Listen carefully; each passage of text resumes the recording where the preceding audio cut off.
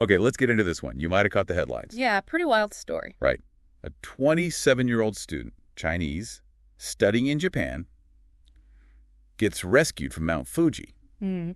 Okay, happens. But then he gets rescued again from the same mountain in the same week. that definitely raises some questions. It really does. It makes you think about mountain safety, sure, but also, I don't know, motivations. Maybe even our attachment to our phones. It touches on a lot of things, so we decided to really dig into it for this deep dive. Yeah, we've pulled together quite a bit. News reports from the Indian Express, FOX Local, East Idaho News, People.com. Also Unseen Japan, CBS News, Sky News, and of course reactions online. Oh yeah, Reddit had thoughts. We looked at VerJapan and Vernoth the Onion, plus some official stuff like a Fuji safety briefing and FAQ. Crucial context, that. Definitely. So our goal here is to unpack these two rescues, look at why Fuji is, well, not to be messed with, especially off-season. And understand the bigger picture, too, tourism, safety measures, all that.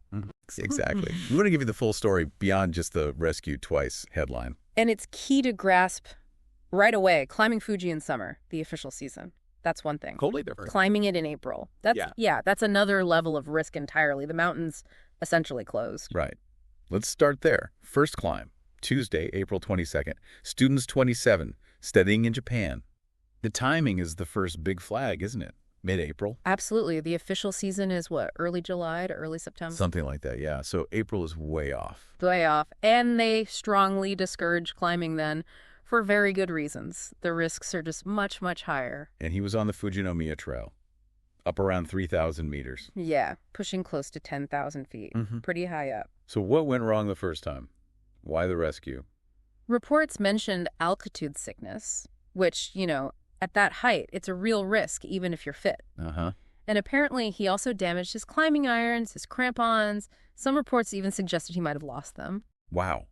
So feeling ill from the altitude and losing your grip on potentially icy ground. Exactly. Not a good combination. Makes coming down safely pretty much impossible. Sounds terrifying. And the rescue was an airlift, right? Yeah. A helicopter. Yep. Airlifted to safety, which is, a major operation. Takes resources, personnel. Significant. And during all this, he lost some stuff, including his phone. That seems to be the case. Phone, maybe other belongings too. But the phone, well, that seems important for what happened next. Incredibly. Because just 4 days later, Saturday, April 26th, he's back. 4 days. It's quite the turnaround. And the reason? Seems like it was purely to get that lost phone back. That's what the reports strongly suggest, yeah. Retrieving lost belongings, specifically the phone. Do we know if he even found it? It's actually unclear from the reports whether he was successful in finding it the second time around. Okay, but he went back, knowing the conditions hadn't changed. Still off-season. Right. Trails still officially closed, no huts open, no toilets, no first aid posts, nothing. Zero support infrastructure. None. And yet, he goes back up, reaches a similar altitude over 3,000 meters again. And runs into trouble. Again. Yeah. Altitude sickness reported once more. Unbelievable. How was he found this time? Luckily, another climber came across him and was able to alert the authorities. Thank goodness for that other climber. Absolutely. And here's a detail: the rescue teams apparently recognized him. Oh, I bet they did. You can just imagine. Right. It's him again. So how did they get him down the second time? Another airlift? No. This time they brought him down on a stretcher, taken to emergency services, but thankfully reported stable. Stable, okay. But this whole sequence, wow. It really hammers home how dangerous Fuji is outside that summer window. It absolutely does. Let's talk about those off-season risks more. What makes it so treacherous? Well, it's sort of a double whammy. First, the conditions themselves are just harsh. Okay. Sudden weather changes, really strong winds, plummeting temperatures. Even in April. Oh, yeah. Especially up high, you've got snow cover, icy patches. Even above 3,000 meters, it can be full-on winter conditions. Which means you need proper winter gear, not just boots, but like serious equipment. Exactly. Crampons, like we mentioned, and ice axe. And crucially, you need the skills to use that gear. Right, like knowing how to stop yourself if you slip on ice. Yeah. Self-arrest. Precisely. Knowing self-arrest techniques can literally save your life up there. It's not just about owning the X. Okay, so harsh conditions, need for gear and skills. What's the other part of the double whammy?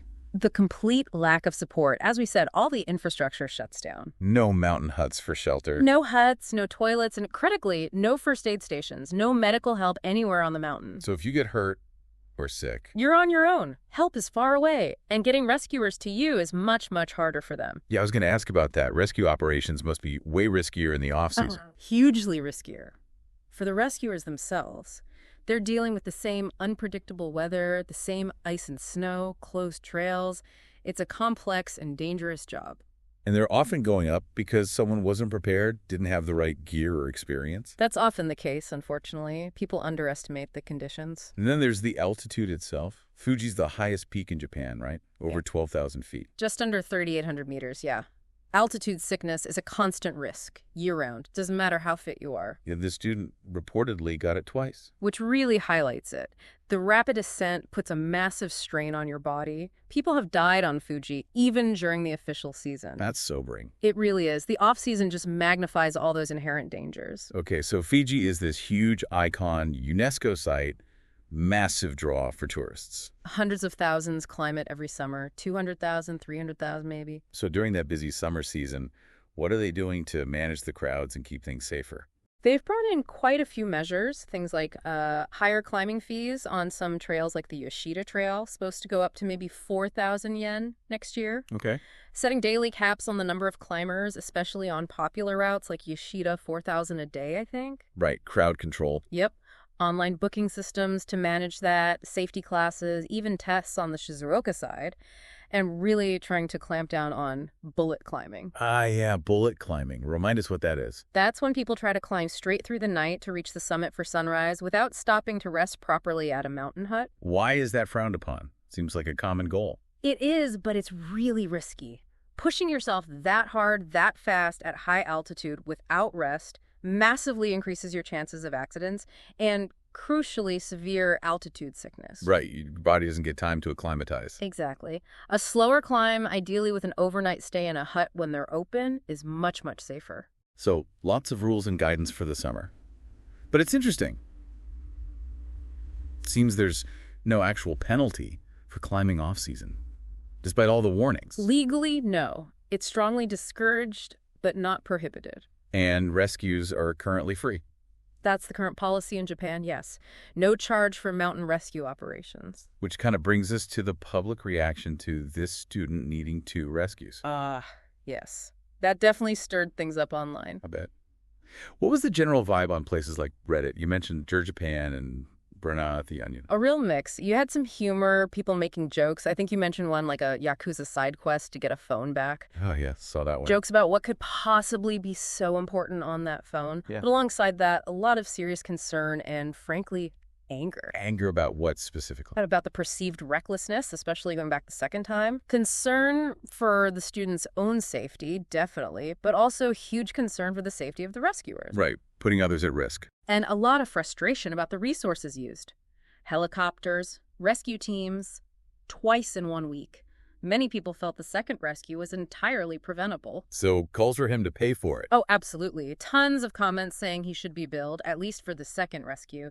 It taps into that whole debate about personal responsibility versus public cost when people take significant risks. Yeah, that's a tough one.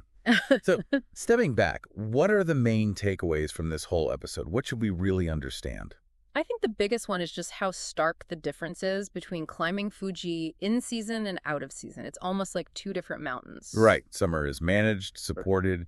Off-season is wild, unsupported. Exactly. The conditions are way tougher, and there's zero safety net, no huts, no aid.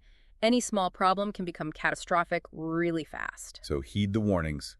Be prepared. Absolutely critical. Have the right gear for the actual conditions, not just the calendar date. And have the skills and experience to use it. This isn't a walk in the park. It also makes you think about priorities, doesn't it? Risking so much for a phone. It does give you pause. How much do we value our devices, our data? Enough to potentially risk our lives and the lives of rescuers. Yeah. It highlights that potential conflict between our digital attachments and, well, basic physical safety and common sense in hazardous environments. And these incidents naturally bring up questions about policy, too. Should off-season access be restricted more? Should rescues always be free, even in cases like this? Those are the difficult conversations these situations tend to spark, yeah.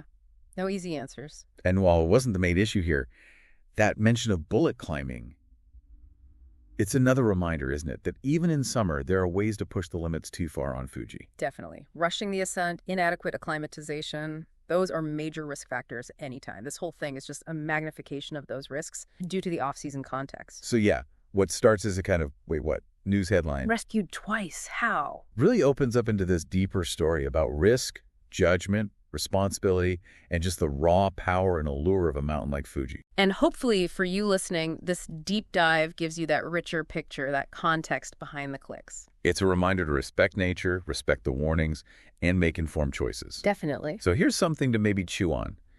In our world, where so much of our lives are on our phones, our devices, how far would you go?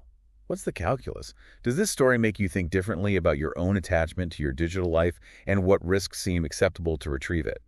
Where's your personal line when safety clashes with recovering a lost device? Maybe look up Fuji-specific rules, read more about altitude sickness, or even check out those online discussions yourself. It's a compelling story and maybe a cautionary one too.